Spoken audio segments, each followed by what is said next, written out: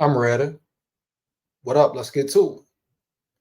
So, as we know, the Minnesota Vikings wide receiver room is pretty stacked. It's pretty stacked. A lot of receivers, some veterans, some young receivers. But at the end of the day, all of them got something to prove, right? But as far as a receiver that everyone's looking at, for numerous reasons, right?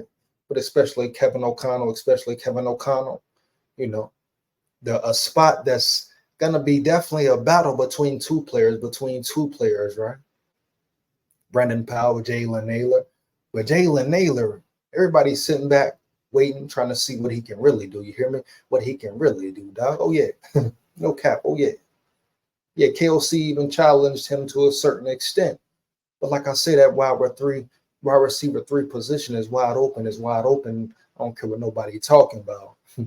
Now, respecting Brandon Powell, he's done some good things for the Vikings. Had some big catches last season. But at the end of the day, we all know Jalen Nailor, as far as talent, I think he's a step above Brandon Powell, dog. Once again, no disrespect.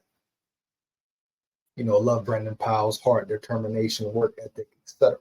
But Jalen Nailor, the main thing is, can he stay healthy, dog? Can he stay available? Can he stay on the field, dog? Can he do his job? Because when he's out there, he flashes. Huh? Oh, yeah, no doubt, no cap. Definitely a talent, but it doesn't matter what type of talent you are if you can't stay on the field, dog. If you can't help and contribute to your team on a week in, week out basis, dog, it doesn't matter. You hear me? Yeah.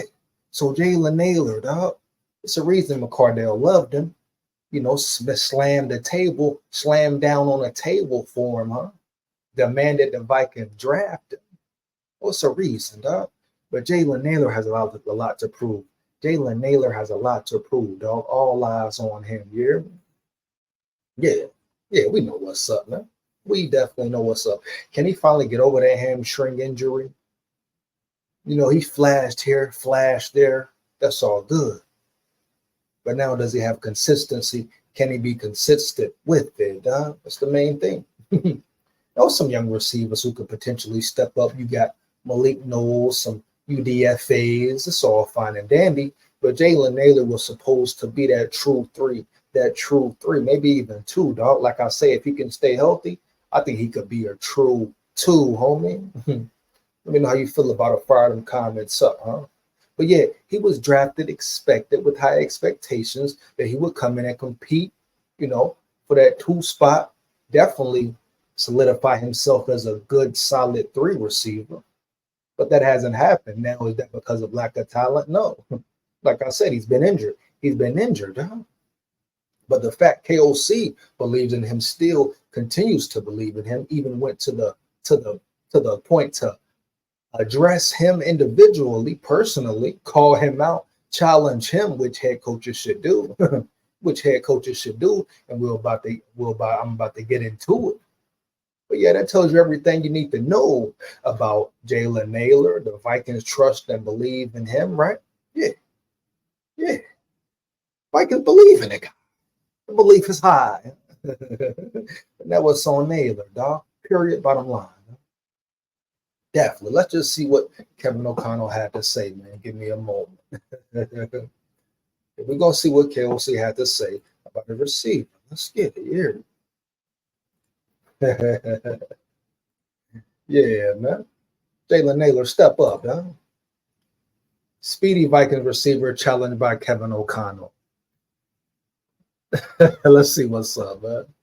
Training camp is the next key date on the schedule for the Minnesota Vikings. The rookies will arrive on July 21st at TCO Performance Center in Eagan, Minnesota. Veterans will have 2 more vacation days. Fans can watch the rookies and free agent additions on the field for the first time, and the players compete for roster spots and roles on the team. No cap. Speedy Vikings receiver challenged by Kevin O'Connell. Most notable is the battle for the job as the franchise's new signal caller between J.J. McCarthy and favorite veteran Sam Darnold. But perhaps even more fascinating is the duel for the wide receiver 3 spot. Facts, man. It's wide open. We know it's wide open, dog. It's no secret. The Vikings employ 11 receivers, but since KJ Osborne exit, there has been an opening on the depth chart as the top option behind Justin Jefferson and Jordan Addison. Minnesota's receiver hierarchy could look like this. A lot of people in the room. Justin Jefferson, Jordan Addison, Brandon Powell, Trent Sherfield. Wow, they got Trent Sherfield ahead of Nailor? Nah. Jalen Nailor, Tristan Jackson, Lucky Jackson, Thayer Thomas, Malik Knowles. I think Malik Knowles could ball. Jashawn Jones, UDFA, Ty James. Former first rounder in Harry has been moved to tight end. An undrafted rookie, Devon Harper, was released to make room for ex-UFL defensive lineman Jalen Redmond. That leaves 9 competitors, at least on paper. Some of those players will be happy with the spot on a 53-man roster or the practice squad. Yeah, a lot of them would be happy, though. A lot of them trying to make the squad, make the team, give themselves a chance. The group's wild card is the 2022 draft choice, Jalen Nailor. No cap, Jalen Nailor. It's all on you, dog. Who are you really? This is the year to do it, dog. This is the year to do it. You hear me? Whenever he has been on the field, he has shown talent. Facts. Unfortunately, injuries and most recently the flu have slowed him down and made it hard to challenge any players above him on the depth chart. That's what's hurting him. If he's not on the field, he's gonna be cut. He ain't on the field. I mean, how can you keep him if he can't be on the field, huh? Kevin O'Connell, Vikings head coach, entering his 3rd season with the club, spoke about his 3rd-year player, but also issued him a warning. Let's get it, KOC. Let's get it. That 3rd receiver spot is going to be very competitive. There's a bunch of guys that had really good springs. I mean, Jalen Nailor had another really good offseason program. When he's healthy and on the field, he shows up every single opportunity he's gotten. Facts. That's our challenge to him. Is sometimes things are out of your control, and then we understand that. But for him to take that next step, we're going to need to see him out there a lot as part of that group. Facts, dog. That's the separation right there. Period. Bottom line, dog. That's the separation right there. Can he stay on the field, man? Talent is there. Skills is there. All that, dog. All of the above. His main thing, keep his body healthy. Now, why is he injured so much? You talk about the flu, you talk about the hamstring. So 2 different dynamics. You know what I'm saying? But you got to ask yourself, if that hamstring can hold up, and he can just be available, dog, through the whole training camp, whole preseason, week 1 regular season, I guarantee you Jalen Nailor will be that number 3. I guarantee you Jalen Nailor will be that 3, dog.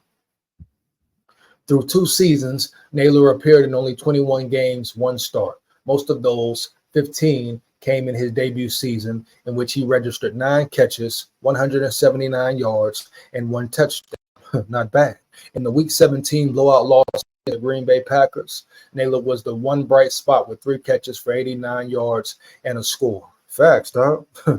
Another highlight play came in London when he surprised the Saints by catching a fake punt pass by punter Ryan Wright. Still, Nailor missed 1 game each because of a hamstring injury and an illness. Injury, dog. Injuries on injuries, homie. Tab is a potential breakout player. In training camp a year ago, he impressed early, but a leg injury forced him to miss out on camp. Miss most of camp, my bad. Nailor then was placed because of a hamstring injury and missed the final contest with a concussion, logging only 6 games and 3 catches. That's not enough. That's not enough. You can't break out if you're not here, homie. You can't break out if you're not playing, period. It's quite reasonable to expect a splash from Nailor in training camp and run away with the wide receiver 3 job over veterans Brandon Powell and Sherfield, but he must stay healthy to seize that opportunity. Yeah, man. It's no secret, dog. Talent-wise, he's above. He's ahead of Powell, Sherfield, whoever, dog. There's no question who should be the number wide receiver 3, homie. Heavy, and I think he's really a 2. The wideout Nick played in 28 games for Michigan State over 4 seasons. Like in the pros, he showed promise but couldn't stay on the field. This is a true concern, man. This is a true concern, Straight cycle. He is. Does he have the injury bug? Homie? Nailor is 25, very young, still very young, heavy, very capable. Nailor is 25 and has the talent to earn a significant role in Minnesota's offense, but it might be his last chance. Hell yeah. It is his last chance. Ain't no might be to it. It is his last chance. You hear me? Yeah. Hands down, man down. It is his last chance, dog. No way around it. You hear me? Jalen Nailor must produce at a high level, and he must do it quickly and swiftly, dog.